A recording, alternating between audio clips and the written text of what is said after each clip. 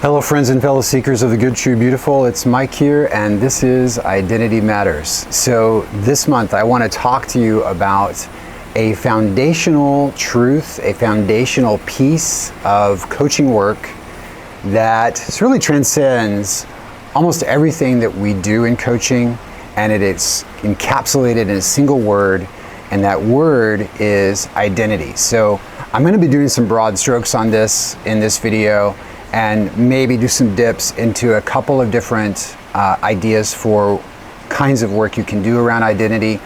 But it is so pervasive in so many different ways that there's just a lot of inroads that we can take with it. On a fundamental level, I'll reference this in the notes below, but I did a video not too long ago about living from your values.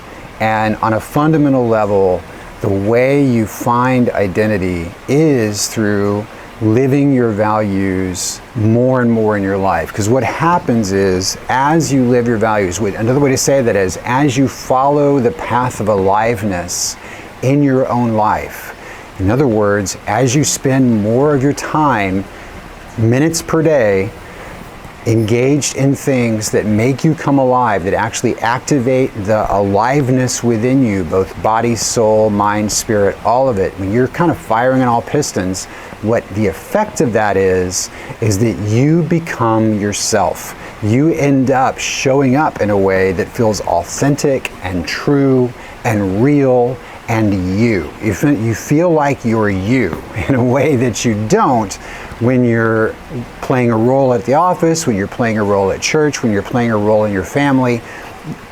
All of those facades and masks and those kinds of things that we put on, those personas we put on to operate in the world, they fall away, and you end up being who you really are in those times. I mean, you think about times that you have belly laughed and rolled on the floor, or times that you have been engaged in some kind of a piece of work, whether it's a craftsman work or play, or it's some kind of artistic endeavor, or anything else where you get caught up in a state of flow, as they call it. Those times are times of authentic expression of yourself. And what you can begin to do is to notice when you are operating in your values at a 10, when you're really firing in those spaces, who are you? Like, just to pause and be curious about who you are in those times when you are operating in your values. Who is that guy? Who is that gal? What kind of person are you in those times? And start to begin to name that. Now, one of the ways that we do that within coaching is through a process that's called creating an identity statement. Now, this is, I should say, first of all, not an analytical exercise. The way I like to say it within the work that we do is that we have two hard drives. We have a hard drive up here, and we have a hard drive down here in our heart. And the hard drive up here is brilliant. We love it. It's awesome. Everyone needs a good, strong hard drive up here. But this hard drive is not good at naming things like who you are at the core. That is a heart question. It's not a head question. What your head is good at is quantifying and picking apart aspects of who you are, like personality tests, that kind of stuff, identifying your strengths and weaknesses. That's what your head is good at, but that doesn't get to the core of what someone is. It's sort of like when you're doing lab studies back in school, at least if you were old like me, and you at some point dissected a frog. Your head is good at dissecting the frog, but your heart is necessary to understand the essence of frogness, because you can dissect a frog, and in the process, of course, you will kill it. But understanding the essence of what a frog is, or what it means to be frog, is something that only the heart can really do. So creating an identity statement is a heart-based activity. Rather than tell you the process for that, I'm going to point you to a retreat and course that I recommend, I created, that is really good at this work. There's one for women and one for men. The one for women is called Destiny Project, and you can find information about that at destinyprojectonline.com. And the one for men is called the Braveheart Intensive, and you can find information about that at thebraveheartmen.com. I'll link both of those below. Those are fantastic processes. They're presented as a course or as a retreat, and they're wonderful processes for uncovering your identity statement. It takes more than a minute to get that information. It's like taking a deep dive into the deep truth of who you are. It takes a little bit of personal focus. It takes time away from the world. You really have to listen, and you really need a specialized kind of environment in order to do that. So that's why I recommend that I don't just give you a quick exercise to try to do it, but it is an important thing to do. However, there are other things you can do in the meantime. Like I mentioned, just notice when you feel fully alive, when you feel fully activated, when you feel like all the pistons are firing, and ask yourself, who am I right now? What words would I use to describe the person I am being when I am fully alive? And begin to capture some of those words.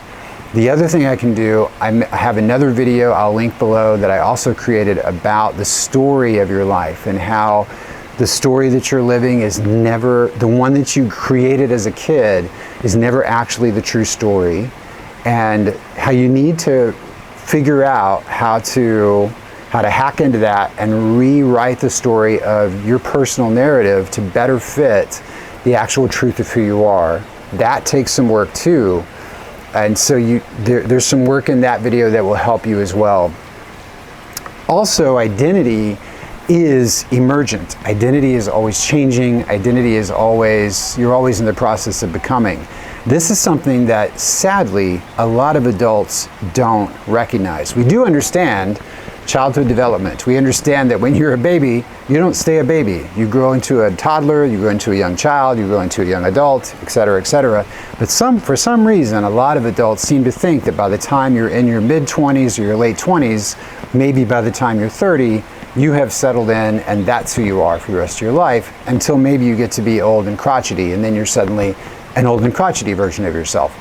But the truth of the matter is that you never stop becoming. You never stop changing and becoming something more or different.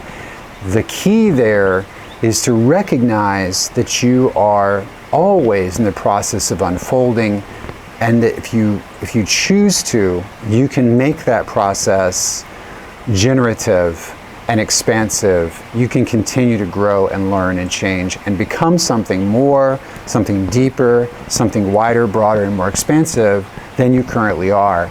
And the key to that is to, again, follow aliveness. So to notice where your soul wants to go and to always be moving in the direction that your soul wants to go. This is much harder to do than it sounds, because we always have an amazing amount of pressure from our society, from family, from all these external forces, from career, that are pushing us to move in particular directions that they say, these forces say, will be beneficial or will be essential to your survival, to your belonging, etc., to your eternal salvation, etc. But the key there is to listen to that still small voice deep inside yourself and follow it above all others. It's your only life this time, and so this time is your only time. You are the only one that's ever existed. You're the only you that's ever been here. There really isn't any outside voice that has the kind of authority to tell you what that path should be. You need to listen to that deep inner voice. I'm not saying that there is no wisdom in the communal voice. There's always a balance between what you want and what the communal voice is saying. There's always a balance between the two. But I am saying that many times that inner voice gets drowned out by all the other voices, and you end up shriveling up, becoming very small, becoming very lifeless, and not growing, becoming kind of stagnant going into a kind of stasis, and your identity shrivels up and suffers for that, goes into a kind of a coma. That's not what we want. What you want is to constantly be looking for that flow of aliveness within yourself and always following it to the best of your ability toward growth and aliveness. So some of the things that I would recommend that you do around this is to keep a journal of desire. Now this is just, if you keep a journal at all, you're way ahead of the game. But certainly to always keep track of what it is you want. So this is again harder than it sounds, but the operative question here is, what do I want? And what do I really want? So to do this, you simply open up your journal and write the question, what do I want? And go past the surface things, write them all down. You know, I want this pain in my leg to stop, I want the taxes to go down, whatever you want. But then get below that to the things you want beneath those surface things.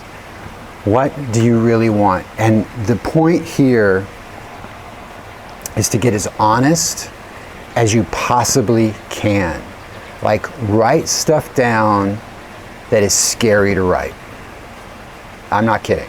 So write stuff down that scares you to write. That's when you know you're really starting to get honest, because that's the only place where those desires actually become real, they become visible to you and you start to see what's actually going on there. Now, I will make a distinction here between your deep desires and your surface desires. Not all desires are good. Like, we have desires for things that are self-destructive. Addiction is a great example of that. There are addictions that are, you're rife with desire for things, and they can kill you, they will kill you. That's not what I'm talking about here. I'm not talking about self-destructive impulses. What I'm talking about is underneath underneath all that stuff, deep, there is a river of desire that is always about life. It's always about wholeness. It's always about aliveness. It's always the desire for life as it was meant to be. That is what you want to tap into. You always want to know what it is you're wanting. So one of the things is to keep a journal of desire. Another thing that I would say to do to always kind of keep track of your identity, like who you're becoming, what it is you're wanting, where you're wanting to go, is to record your dreams. Now this is an interesting one, and I take this from James Hollis. He wrote an amazing book called Finding Meaning in the Second Half of Life. I recommend it, though I recommend it with a warning. It will knock you flat before it gives you any gifts, because it's a humdinger of a book. But in the book, he spends a very big chunk of the book explaining why recording your dreams is a good idea. So I've been doing this now for several years, and I could not agree more with his assessment. Here's why. Recording your dreams is not about, for me anyway, is not about trying to interpret all your dreams in some kind of psychological analysis sort of way. It is simply about paying attention to the trend line that shows up as you record your dreams over time. Because what does happen is that your dreams are always about your subconscious, your unconscious, trying to work out whatever it is that is really bothering you under the surface, or really challenging you under the surface. So you're going to be dreaming about the things that are actually on your mind, even though you may not consciously be realizing that's what's actually troubling you, or that's what's actually challenging you. For that reason, when you record your dreams, you begin to see, oh, that's what I'm actually struggling with. That's what I'm actually thinking about. And you'll begin to notice, as I have many times, that there are things that you are struggling with that you're not consciously aware of. But because you're recording your dreams, you become conscious of them. And then you begin to realize there's something you want that you've not been consciously aware of. So here's how I do it. I simply keep a digital recorder near my bed, and when I wake up and I remember a dream, it has to be quick. I just developed a habit. I have the recorder near my bed. I grab the digital recorder, I click record, and I say, in this dream, I'll say the date, and I'll just say the dream, and I stop, and I put it away. And then the next morning, I'll go in and kind of give that dream a name, like I'll just title that dream, so I kind of have some reference for it. And then about every month or so, I'll go back and listen to the dreams that I caught. Now, I don't catch every dream, obviously. It's just the ones that I remember. I woke up and I happen to remember, and I reach over and I grab the recorder. And over a period of a year, I've captured, I don't know, 15, 20 dreams, something like that. That's enough. That's enough to be able to see a trend. That's another way to begin to follow your desire, which again points to aliveness, which then points to identity. So those are some great ways that you can track that. The thing I would highly recommend you do, though, is to reach out to me. If you're interested in learning about the deep truth of who you are, I would love to work with you. This is my specialty. I've been working in identity work for the past 20 years. I love to work with people around discovering the deep truth of who they are, and I would love to work with you. So if you want to do a free call with me, just send me a message from below. Go to my website, michaelwarden.com. Go to the contact page, send me a note. I'd love to set up a free call with you, and let's talk about you. Let's talk about you, figuring out who you are right now, who you are becoming, and what it looks like to move toward that with intentionality and with aliveness. So thanks very much. That's my message for you today for Identity Matters, and we'll see you next time, next month. Have a good one.